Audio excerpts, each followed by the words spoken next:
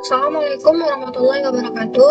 Kembali lagi dengan saya Rini Zahira Putri. Di video kali ini, mata kuliah yang akan saya bahas yaitu mobile. Nah, di sini saya sudah membuat desain Exali Draw-nya di pertemuan 3-nya.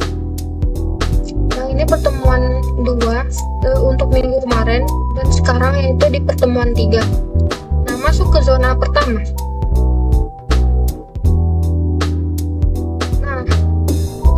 Di zona pertama itu yaitu planning, alur, dan wireframe.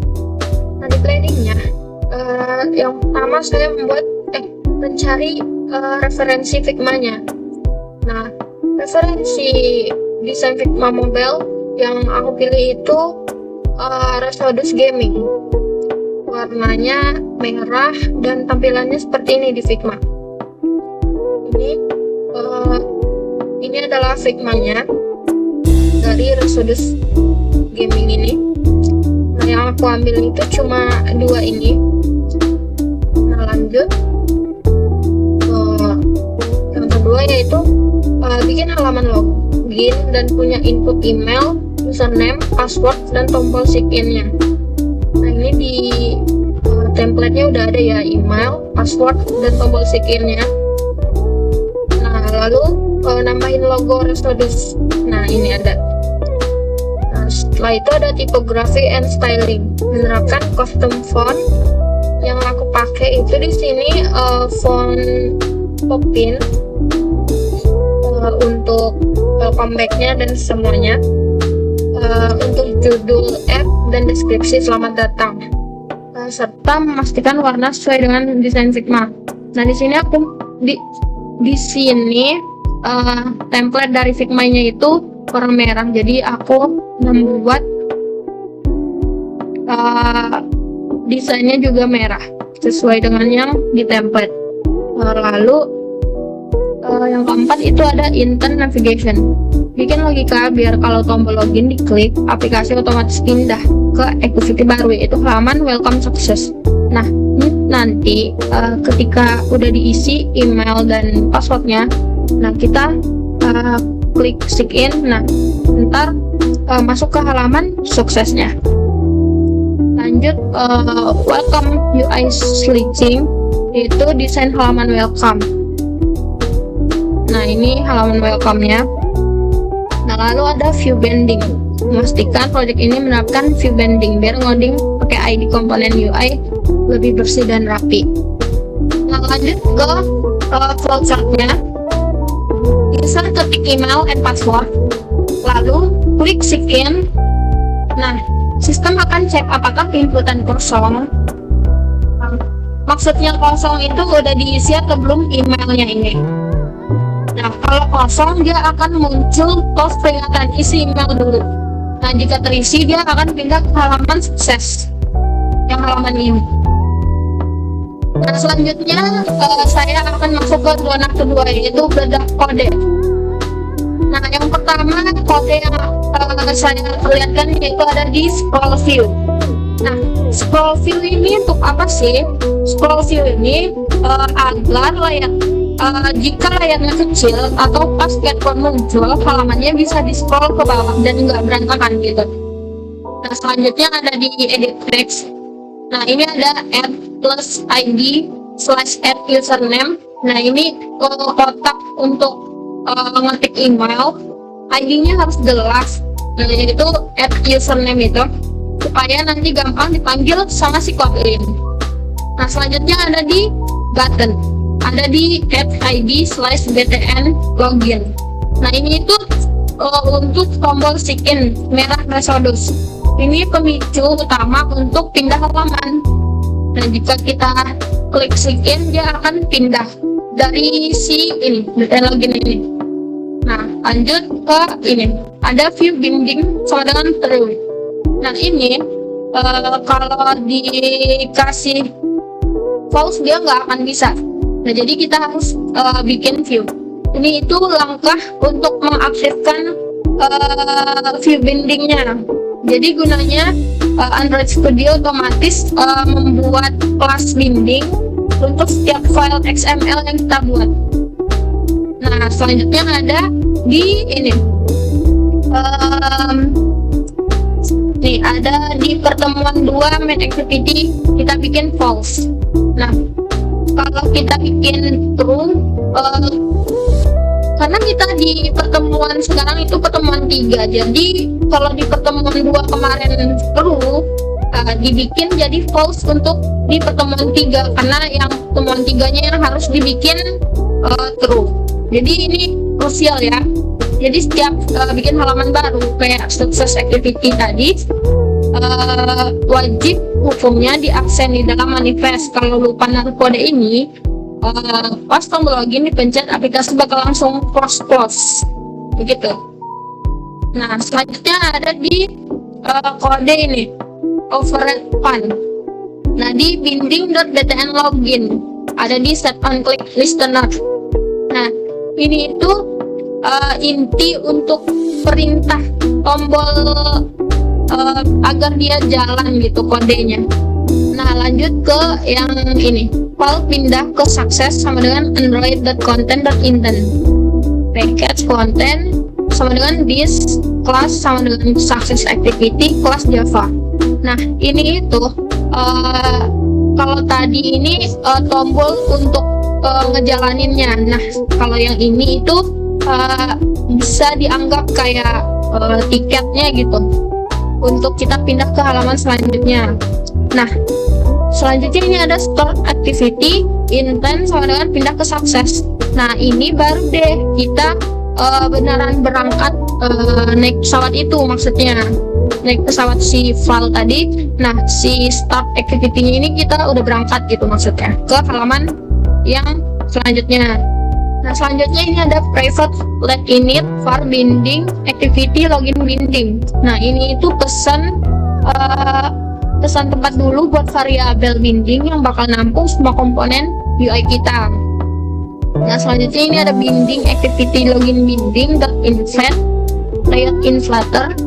Nah, itu untuk memompa layout. Di sini si XML activity login diubah jadi objek binding biar bisa kita utak-atik lewat kode Kotlin.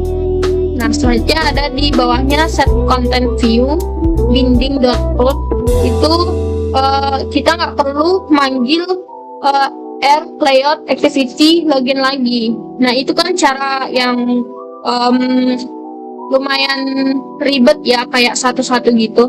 Nah, kita langsung pakai akar si binding aja, lebih aman dan anti error jadinya. Nah, selanjutnya di sini ada di kode selector. Nah, selector ini untuk kita atur bisa pas kotaknya diklik. Kan tadi ada nih di email dan juga password tuh. Nah, kalau kita klik pas lagi ngisi, tepi-tepinya itu bakal jadi merah gitu. Kalau nggak diklik dia nggak bakal merah, dia tetap abu-abu. Nah, selanjutnya ini ada di binding dan btn continue set on click listener nih yang tadi ya. Nah, di sini kalau di halaman login kita pakai intent buat maju atau pindah halaman. Kalau di tombol let's explore ini kita cukup panggil perintah finish, artinya halaman suksesnya ditutup dan kita otomatis dihentikan balik ke halaman sebelumnya atau login yang tadi. Jadi kalau kita udah selesai login, selesai sign in kan sukses. Nah, di sukses kan tadi ada tombol let's explore, karena kita masih di halaman login doang, nggak sampai ke explore membuat aplikasinya, jadi kita balik ke halaman login lagi gitu. Selanjutnya kita ke zona ketiga, masuk ke zona ketiga. Di sini itu ada jurnal error. Nah, di sini error yang pertama yang saya buat itu ada di ketika saya mengisi email dan password, terus aku sign in, klik sign in, tapi dia malah balik ke halaman utama handphonenya gitu kan. Itu kenapa? Itu penyebabnya saya lupa mendaftarkan success activity di dalam buku tamu, yaitu Android manifest.xml. Nah, jadi sistem Android akan menolak membuka activity yang tidak dikenal sistem, sehingga memicu ranting crash saat start activity intend dieksekusi gitu. Jadi apa solusinya? Solusinya menambahkan kembali tag activity Android name di pertemuan 3 success activity di dalam blok application pada manifest agar activity terdaftar secara sah. Nah, ini tadi kita lupa nih nambahin yang ini, yang success activity-nya. Kalau tadi kan dia yang login activity sama yang pertemuan 2 kan emang udah ada tuh. Jadi kita nambahin lagi deh yang success activity ini. Nah, tadi errornya di sini nih ada di logcat-nya. Nah, ini error di sini. Nah, selanjutnya itu di error kedua, yaitu kode di sini aku kan tadi di zona kedua ada tuh tadi bilang error layout gitu kan. Nah, itu kan cara lama. Nah, kita ganti itu pakai binding sama dengan activity login binding dot inflate layout inflator set content view binding dot root. Itu kita manggil langsung gitu. Nah, tadi ini errornya ya, kalau dijalanin jadi dia akan error di bawahnya. Nah, ini penyebabnya kita mendeklarasi view binding menggunakan let init var binding, tetapi lupa menginisialisasinya dengan inflate layout inflator. Akibatnya saat kita memanggil binding.btn login, sistem akan crash karena mencoba mengakses memori properti yang belum terbentuk. Nah, jadi solusinya menghapus set content view layout activity login dan mengembalikan kode inisialisasi binding sama dengan activity login binding, lalu memasukkan binding.root ke dalam set content view ini tadi ya. Nah, ini adalah solusinya. Selanjutnya ada di error ketiga.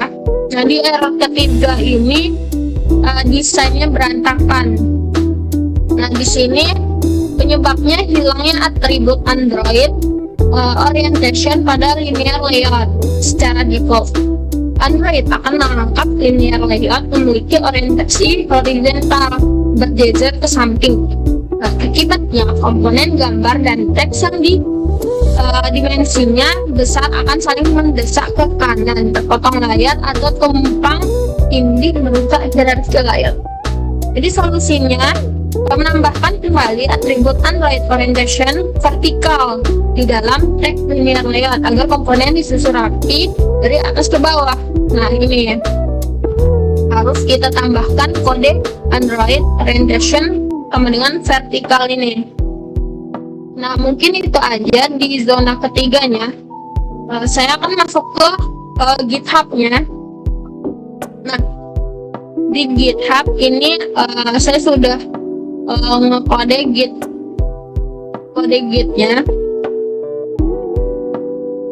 Nah, di sini di terminalnya ini ya, git add, git commit. Saya memakai commitnya itu tugas login and success activity praktikum 3. Nah, udah di push juga, masuk ke GitHub-nya. Nah, ini hasil dari commitnya, tugas login and success activity praktikum 3 ini. Oke, nah di sini udah selesai ya di Exalidraw-nya. Nah, selanjutnya kita akan masuk ke live demo aplikasinya. Di sini sudah saya klik run. Nah, ini adalah tampilannya. Kita akan masuk nih ke tampilannya. Nah, tadi kan ada yang namanya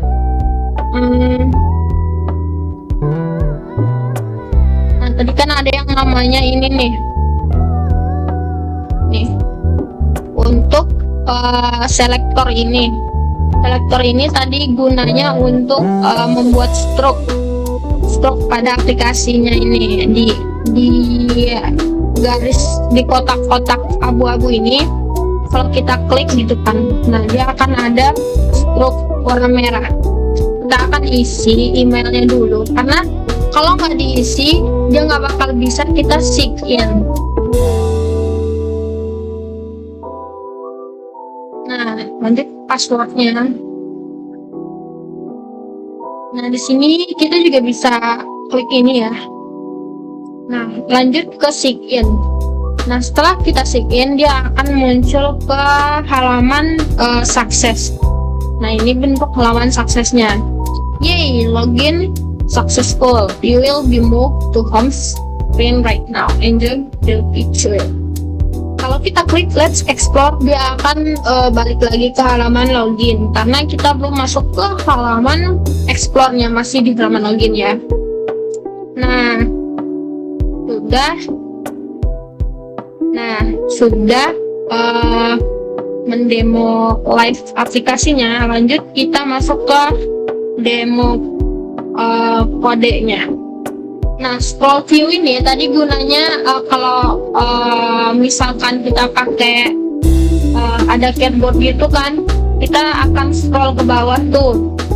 Misalkan ketutupan sama keyboard di password atau sign-nya, nah kita masih bisa nge-scroll ke bawah gitu. Nah, kalau ini tadi image, ini logo ya. Logo ini aku ambil dari desain Figma-nya, aku download logonya dari Figma. Nah, lalu ada di mana dia? Nah, ini ada teks di username. Nah, ini kita pakai add plus id/add username. Nah, ini kita agar memasukkan ID yang jelas, jadi biar Kotlin-nya itu jelas manggil yang mana gitu. Nah, di sini ada button. Nah, di button ini juga sama, dia juga jadi pemicu untuk pindah ke halaman selanjutnya. Nah, di sini ada login activity di pertemuan 3, itu ada override fun on click. Nah, di sini itu ada binding button login set on click listener. Nah, dia itu untuk memerintahkan yang ada di dalam kurung ini. Nah, jika emailnya kita masukkan, sini emailnya kita masukkan, nah maka dia akan terisi. Lalu kita masukkan passwordnya. Nih, kalau dia sudah terisi semua, kita sign in, dia akan pindah ke halaman sukses. Tapi kalau emailnya atau passwordnya belum kita isi, dia akan ke else nih. Isi email sama passwordnya dulu katanya nanti. Kalau kita nggak isi email dan passwordnya. Nah, di sini ada private limit for binding activity login binding. Ini untuk menampung UI kita ini semua. Nah, ini ada binding activity login binding inflat layer inflator. Nah, ini itu XML-nya diubah menjadi ke binding agar kita bisa mengubah atau mengotak-atiknya di kode Kotlin aja gitu. Nah, lanjut ke bawahnya, ini ada set content view binding.root. Jadi kita nggak perlu manggil yang RR tadi itu, yang satu-satu, yang R layer activity login itu. Nah, jadi kita masuk ke akar binding aja, yaitu binding.root. Kode selanjutnya ada di file build.ktx yang modul F, bukan yang Karin kan hasil ya, tapi yang modul F-nya. Nah, ada di kode ini di Android, yaitu ada di build feature yang view binding sama dengan true. Nah, jadi ini untuk mengaktifkan bindingnya. Jadi Android itu akan membuat bindingnya secara otomatis. Balik lagi ke Android manifest XML-nya. Di sini ada di activity, di pertemuan kedua yang main activity itu kita bikin false agar di pertemuan kitanya kita bikin true. Dia nggak bisa dibikin true ya dua-duanya, jadi harus salah satu aja yang dibikin true. File pginfo file.xml-nya ada di selector. Nah, tadi kata saya selector ini agar ketika kita klik kotak-kotak dua ini, maka dia akan memunculkan stroke merah gitu. Tampilannya biar lebih bagus saja. Demo live selanjutnya ada di file success activity. Di bagian paling bawah di sini ada dim.btn continue dan set on click listener. Nah, di sini sama juga kayak di login activity tadi, ketika kita sudah sign in, kita kan bakal klik nih sign in. Nah, terus di sukses. Nah, kan ini di halaman sukses kan. Ini untuk file halaman suksesnya tadi. Kalau kita klik let's explore, maka dia akan balik ke halaman login. Nah, gitu. Maka dia finish. Tapi kalau kita nanti akan masuk ke mungkin pertemuan selanjutnya bakal bikin halaman explore, bikin aplikasi yang beneran gitu. Nah, maka mungkin kalau kita let's explore, dia bakal masuk ke halaman explore-nya. Oke guys, lanjut ke demo live untuk errornya. Di sini anggap aja dua baris kode ini tidak ada atau belum kita tambahkan tadi ya, karena ini sudah ada karena itu solusinya ya.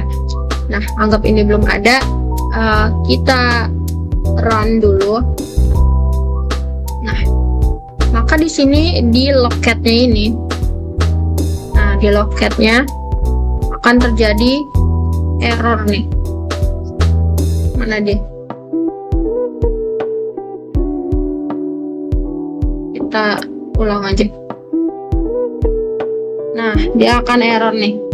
Maka kita harus nambahin kode ini ke dalam Android manifest XML-nya untuk si success activity-nya, biar setelah kita login nanti dia bakal ke halaman suksesnya. Tapi di sini tetap false karena dia akan menampilkan yang pertama itu si login activity-nya dulu. Nah, selanjutnya ada di error kedua. Anggap aja ini kita komen dulu. Anggap ini kodenya nggak ada dan tadinya kodenya yaitu ini. Anggap aja kodenya tadi ini nih, set content view air layout activity login. Nah, karena ini tadi kita coba untuk reload. Nah, sini dia akan error ya. Nah, error kan nih, unresolved reference error. Karena di sini dia error pakai yang set content view air layout activity login, maka kita pakai kode yang ini, dan yang ini kita komen aja karena salah. Nah, di sini kita pakai yang binding sama dengan activity login binding dot inflat layout inflater set content view binding dot root. Kita pakai yang intinya aja untuk manggil bindingnya. Nah, kita reload lagi. Nah, maka dia nggak ada errornya nih. Nah, nggak ada errornya. Nah, bisa build successful. Selanjutnya itu ada di error ketiga, tadi ada di kode ini. Anggap aja ini tadi belum ada. Nah, karena ini belum ada, maka dia desainnya ini bakal berantakan dan dia itu numpuk gitu. Jadi kita harus memakai kode ini, Android orientation ini yang vertikal, maka dia akan rapin lagi. Mungkin itu saja penjelasan dari saya di pertemuan 3 mata kuliah mobile ini. Apabila ada kesalahan atau kekurangan, mohon dimaklumi. Assalamualaikum warahmatullahi wabarakatuh.